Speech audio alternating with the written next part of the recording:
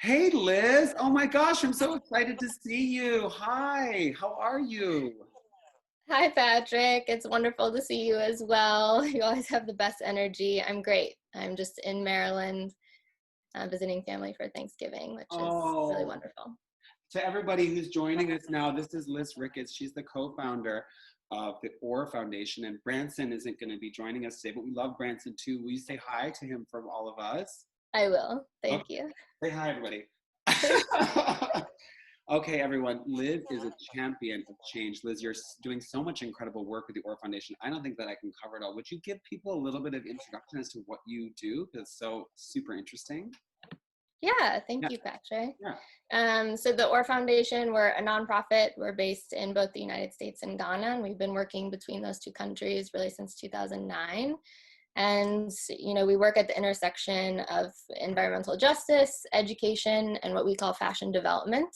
We have a few different initiatives, but the one that I know we've talked about most in the past is a project called Dead White Man's Clothes, which looks at the sort of intricacies of the secondhand clothing economy in Accra, Ghana, which I'm sure we can talk more about. And our mission there is really to raise awareness, but also catalyze a justice-led circular economy in Accra. And you had an amazing project which really called me to your work. I think it was in 2016, which was the Dead White Man's Clothes. Is that right? Yes, Dead White Man's Clothes is a project that's about the secondhand clothing trade. Yeah. And we focus on the sort of social and environmental implications of that in one context in Accra, Ghana. Wow. What brought you there? What called you to that in that? What is it that brought you there? Yeah, so I mean, we've been working between the US and Ghana since 2009, and previously, before the Dead White Man's Clothes, we were running a peer exchange program. It was basically like a pen pal program, but with objects.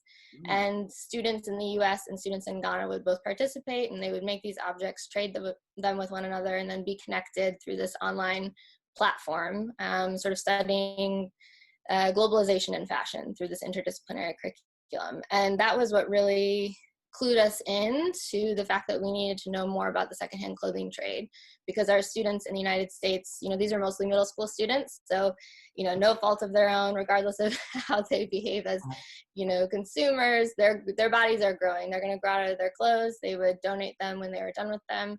And then our students in Ghana, they would change out of their school uniforms every day into their secondhand clothing. And so there was this relationship that made us realize we needed to know more about it. But I think what really sort of flipped a switch for us was that our students in Ghana, they would do, closet audits, looking at where things were made in their closet, where they came from, how many times they wore them. And they would come into class and they would say, 50% of their clothing was made in the United States. And of course, the United States, we don't make very much of our own clothing here anymore. So we realized that for them, the origin was actually the bale that the clothing was shipped in. And for me, that was really profound, because I think that, for so many of us, secondhand is secondhand. But the truth is that for billions of people around the world, it is the primary supply chain. And it's the way that they get their clothing, and the fact that there's almost no transparency, no traceability, and really no nuance or critical conversation around what that supply chain looks like, I think is a big problem.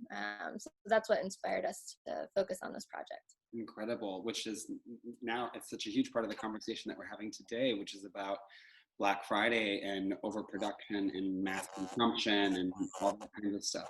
So, what are your thoughts on this crazy mess that we've gotten ourselves into? I'm just going to start with a big general question, because you really see a huge part of the industry or the world, because you're seeing what's happening post-consumer. You're seeing what happens when all of that clothing goes to waste and when all that clothing is actually starting to really harm people and planet. So can you share a little bit about your thoughts on Black Friday and overproduction and mass consumption from that lens?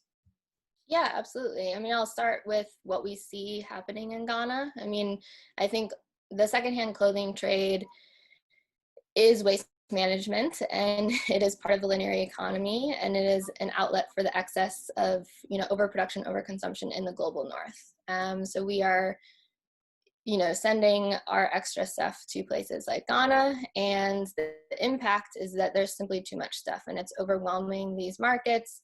Basically, the market where we do our research, they see 15 million garments a week, and what we found is that 40% of those leave the market as waste, which has, a devastating impact on the environment, but also really deteriorates sort of indigenous sustainability logic, makes it really hard for emerging designers in Ghana to make a living, and has a lot of labor implications as well. The secondhand clothing economy requires some dangerous and sometimes fatal forms of labor to work. And so I think what our work has shown is that while we might believe that there's someone somewhere in the world who wants this stuff that we can no longer use, the truth is that there's no market anywhere in the world capable of absorbing the just sheer quantity of stuff that we have produced at this point.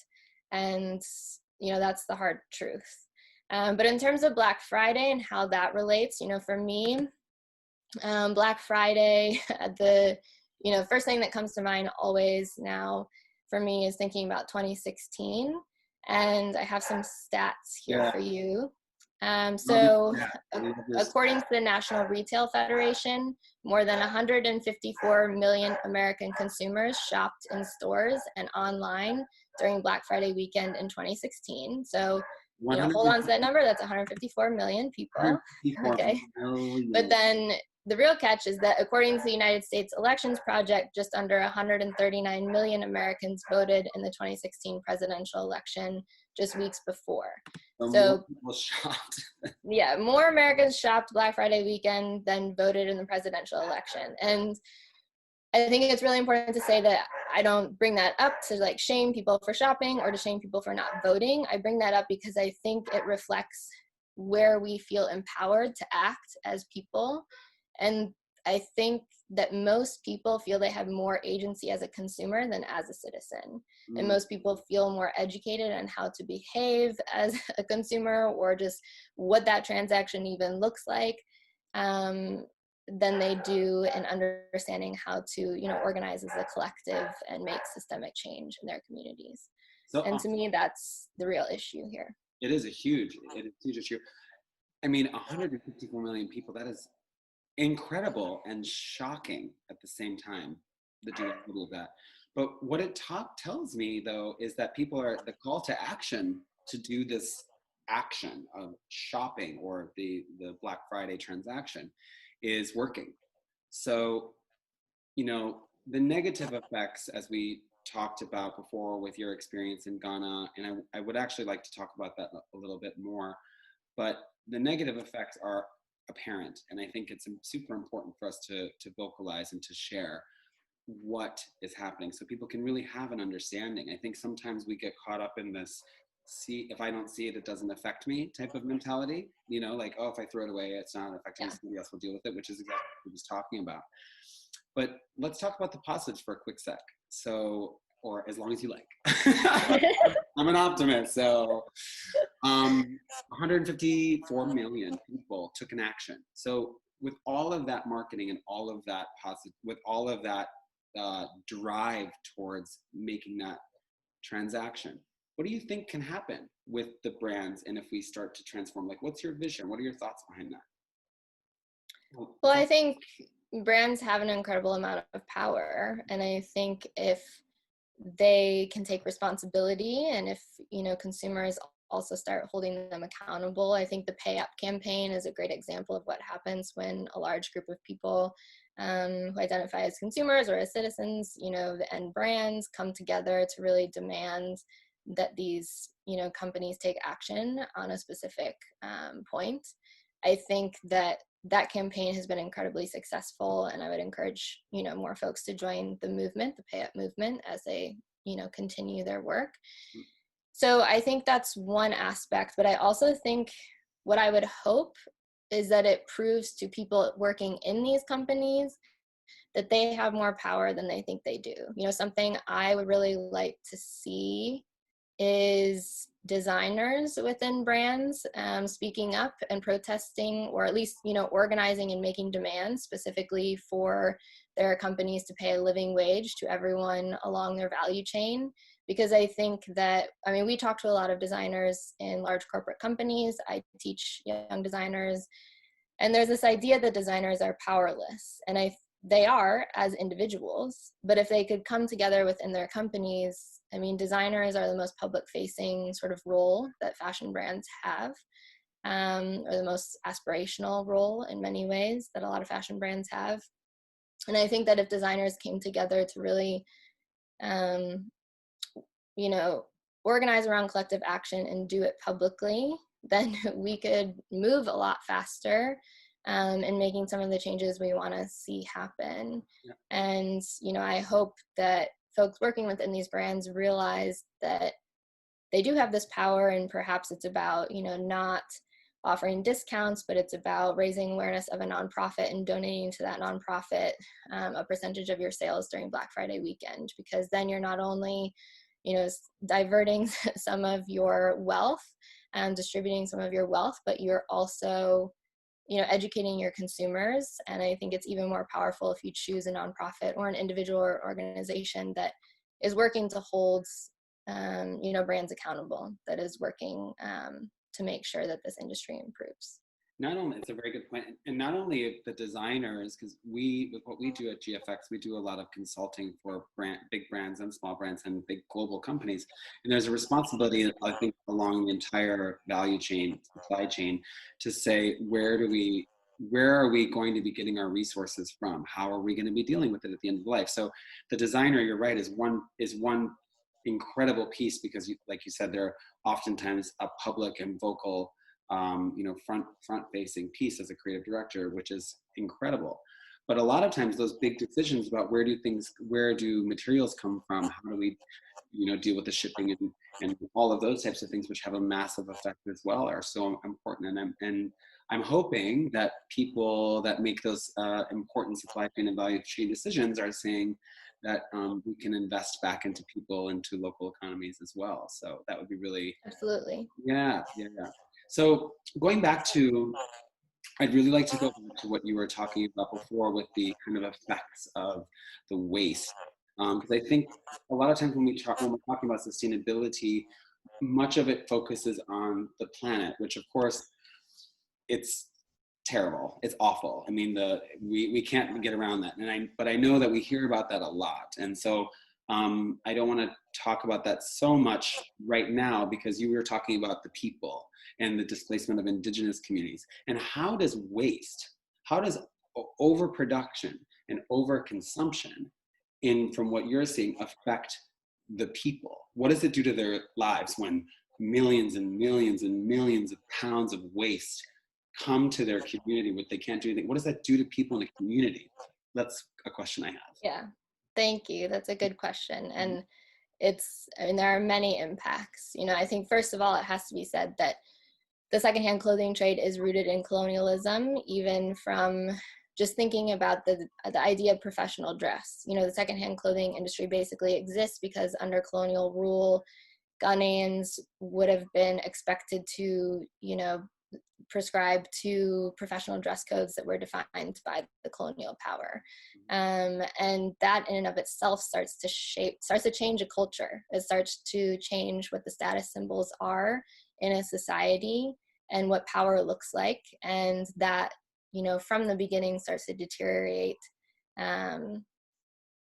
It starts to deteriorate indigenous sustainability logic, because it's telling people that this is what is powerful. What you did is not what is powerful. And so we'll start there.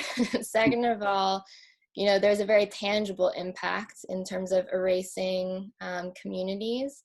So the waste itself that exists in Accra specifically, the clothing waste from Kantamanto is actually the largest consolidated point of waste in all of the city. And it can't be managed just by the local government. The local government doesn't have enough equipment, and there aren't enough landfill space, which, first of all, landfills should not be a symbol of development. But they don't have the ability to properly manage the waste. And so a lot of it is handled informally, which means that it ends up being dumped into the gutter and sort of washes out to the sea and washes up on the beaches, or is burned, or it's dumped in informal settlements, which, you know, are very vulnerable communities. And the waste that exists on the shoreline in Accra, and then also the waste that exists in these informal communities, is used to further stigmatize the people who live in these places. It's used to say that they are at fault for the waste, and that, you know, they are somehow not as good of people because they live in this environment, when it has nothing to do with them. And this has real implications as you start to see cities like Accra being developed, right, where it becomes an excuse for these communities to be bulldozed and for them to be completely erased. And it's something that doesn't get talked about enough. But this happens in other places, not just in Ghana. And then in terms of, you know, just psychologically and culturally, I think one of the biggest things is just the secondhand clothing industry in Ghana, because of the sheer quantity of clothing, it operates as fast fashion, right? It is not, it doesn't deter fast fashion. It teaches people that clothing is disposable. So it takes a community, you know, Ghanaians are very discerning consumers. Most of them grow up taking cloth to a local tailor, having things tailor-made to fit their body. They have an incredible sense of style. They are agents in the design process. I mean, I've learned so much about sustainability from being able to work there. And they just have a completely different way of relating to getting dressed that we could learn a lot from in the United States. Yeah. I wish that you know, Kantamanto is not just a shopping place, right? It's also like, I mean, there are tailors there, there's folks, there's designers, there's people dyeing things, printing things. It's a studio, it's a factory, it's everything. I mean, if we had malls like that, it would completely change people's mindsets about getting dressed. But because of the sheer quantity of stuff, because it's so cheap, it's slowly chipping away at that idea that clothing is valuable and has cultural significance, right? So you're starting to see young Ghanaians going to the market and buying something, wearing it a couple times, and then, you know, trashing it and buying something new just because it's so cheap. And that's a big deal when, you know, not that long ago, textiles were used as a currency in Ghana. And the fact that just our excess has, you know, completely transformed the way people value clothing is really sad. Yeah, I mean, the disruption of that is mind-boggling to me. If, like, you have a system that's been completely, I guess you could say, sustainable or sustained by this incredible vision for creativity, culture, community, all those types of things, and then suddenly you have this kind of external force coming in, and you have no choice but to deal with it. I imagine that is just so destructive. So, what steps are you taking to help get out of that? What are you doing as an active citizen, because you are in France as well? What are you doing, and what are some of the things that we can do on all sides? Because obviously, you know, there's people like me who live here in Minnesota and have no concept of what's happening there, or in other parts of the world, in India and in Bangladesh and in Latin America and all over. So what are this kind of a couple of questions mashed into one? I'm sorry about that, but if we could start with what are you doing, and what do you think the vision is there, and then what can we do from your perspective? So thank you. What we're doing. So much. I just want to extract so much. No, it's good. It's good. I mean, what we're working on is really how to reverse some of these power dynamics. So what we're trying to do in Ghana is set up a recycling lab that isn't just about material transformation, but it is about, you know, creating tools that work in the context, in the market itself, tools that can be owned by folks in the market who have, you know, carried the burden of this waste for so long, and technology that is going to hopefully not only clean up the environmental issue, but again, sort of catalyze a new circular economy, one that will benefit folks in Ghana. And so that's something that we're working on. In addition to that, we have a lot of different projects that work with very specific segments of the secondhand clothing trade.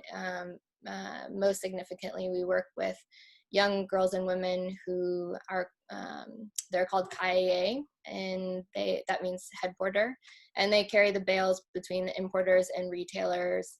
And these bales, weigh 120 to 200 pounds. They're carrying them on their heads. Typically, that's their entire body weight. It's literally backbreaking work, and it's work that, shouldn't exist. It's not only is it, horrible for their bodies, but also they're barely paid enough to, provide for their daily needs. And so we have a few different projects that are about creating different opportunities and creating different forms of safety nets for them. And then in the United States, we do a lot of advocacy. We work with young designers specifically, and also, we're very interested in sort of empowering designers. Again, as I said, I think that to me, it's very strange that we haven't sort of seen a designer collective from within these larger corporate companies come together to protest. And that's something that we work on actively. And then in terms of what I think everyone can do, I think, first of all, specifically just on the waste issue, overproduction, based off of what I've seen, and hopefully I've done a good job of portraying what I've seen, I don't think that, we have to address overproduction. We have to slow down. And I don't, right now, the mechanism that I think we have available to us is to push for a living wage for garment workers. Because I think it's only through pushing policies that require brands to pay a living wage that we will start to slow down the quantity of items that are being produced. And so that's something that I think everyone, no matter where you are, can be active on. Again, I would highly recommend that folks join the Pay Up movement, and because that's a lot of what they're working on. And I think that's key. And then in terms of what everyone can do, I think, again, going back to what happened in 2016, for me, we spend too much time talking about consumption and talking about being a consumer. And, we always say, like, learning to be a better consumer won't change the world, but remembering that you are more than a consumer might be the change that we need. And so I would just encourage folks to really engage in their local communities in a different way, and really do a scan of the roles that you play in your everyday life. And if consumption is the place where you feel like you have the most control, you have the most power, I think reflect on that for a little while and think about not only how is that related to your own decisions, but how is that related to structural issues. Even, again, going back to 2016, it's like the fact that Election Day isn't a holiday, but most people will have Black Friday off of work unless they're working in retail. Those sorts of things those things shape how we exist in society. And these are the questions and the sort of conversations I think we need to be having, and less conversation about how to be an ethical consumer or, just consumption in general. Amazing. It's so powerful to think about all this, especially during this week and these crazy times that we're in. Here in America, our elections, with COVID, the crazy COVID crisis, which seems to be a call to action in and of itself, of inward thought processes, and like you said, how are we interacting with the rest of the world? I know I've had like 15 existential crises yesterday about all that. But I guess a question that I have is about those things. We see a lot of people now that are desperate for money, desperate for capital, desperate because this is the system that we've set up for ourselves. And in a way, the COVID crisis has kind of chopped that all away. for people in our local community, but then also the Pay Up campaign, and it's affected the entire global sphere. So just throwing this question out there, the idea of a Black Friday sales is to generate sales. Is that something that that's something that we need, that is needed right now? So is that an answer? Should we be promoting it this year? Or like, it's a complicated question, and there's so much stigma around it. I don't even know where to begin. So I'm just curious to hear what your thoughts are on that. Yeah, I think it is very complicated, and I appreciate your point. I mean, I think that, first of all, I don't think anyone should be shaming anyone for taking advantage of deals or shopping. Again, I don't think, like, that's not the conversation I'm interested in. But I think folks should maybe look at what Black Friday actually provides. Is it providing you a discount on things that you actually wanted or needed? Or is it distracting you with discounts to convince you to buy things that you actually didn't need in the first place? So I think that if it's something that you really need this discount to get something that you really need, absolutely. But don't allow these brands to distract you from what it is that you need and what it is that you will really cherish, to sort of blow your money on, stuff that probably isn't going to last very long and probably isn't going to make you very happy. And, I think that's true now and was true last year, and, will always be true. It's an amazing distinction, not just for Black Friday, but for all the time, right? I am somebody who is so easily swayed by something sparkly. Put it in front of my face. Yeah. I'm like, oh my God. So I totally get that. And I think that is an incredible distinction, is don't be distracted or duped or take the bait, right? For this kind of call to action, which gives me anxiety. I don't know if it's ever happened to you, but sometimes it gives me anxiety because they make me feel like, I mean, I haven't really bought anything in years because I swap everything pretty much. Yeah. But when I used to, it was like, oh, I got to get to that sample sale because blah, blah, blah. Or, oh, I got da, da. And it creates this anxiety, which is connected to all this other stuff. That is a whole nother conversation that we should have with you. Absolutely. And now we also have, all the subscriptions, which is something I'm going to be doing. That I can tell you what I'll be doing a little bit of, maybe not specifically on Black Friday, but this week is I'm going to intentionally unsubscribe from a lot of company promotions, because I think that to me gives me anxiety, is just seeing my inbox filling up, with all these promotions. And so many of them. And and you can tell, I think, pretty quickly, sort of how authentic, a sustainable fashion company is in the way that they promote and how many times they hit your inbox promoting these sales, As a funny example, not funny, but an interesting example, my mom, who I love so much, she was kind of like lightly on Instagram and lightly on Facebook. Like she wasn't an influencer or as involved as I am by any means. But I was like, Mom, get on Instagram, like, so you can see what's up, like connect with the world. So I went over to her house yesterday and she's like, honey, I took myself off of Instagram. And I was like, why is that? And she said, because I saw this documentary called The Social Dilemma, which I haven't seen yet, which is something I need to check off my list. But it was interesting because she was talking about the social dilemma, which I think in some broad terms talks about marketing and people and being directed into certain, ways of thinking, which is something I do know a little about. But what she said to me was, I looked at my last purchases for the last 6 months, and all of the purchases that I made, I tied back to an Instagram ad that popped up. Wow. That made me feel like I needed to buy it based on a search that I did from Google. So she was searching for things, which then the algorithm hit her Instagram, and she's sitting there. She says, so when I'm talking to you in the morning, having my morning coffee, I've been scrolling through Instagram, and boom, I need to get that top, and I need to get that lipstick, and I need to get that.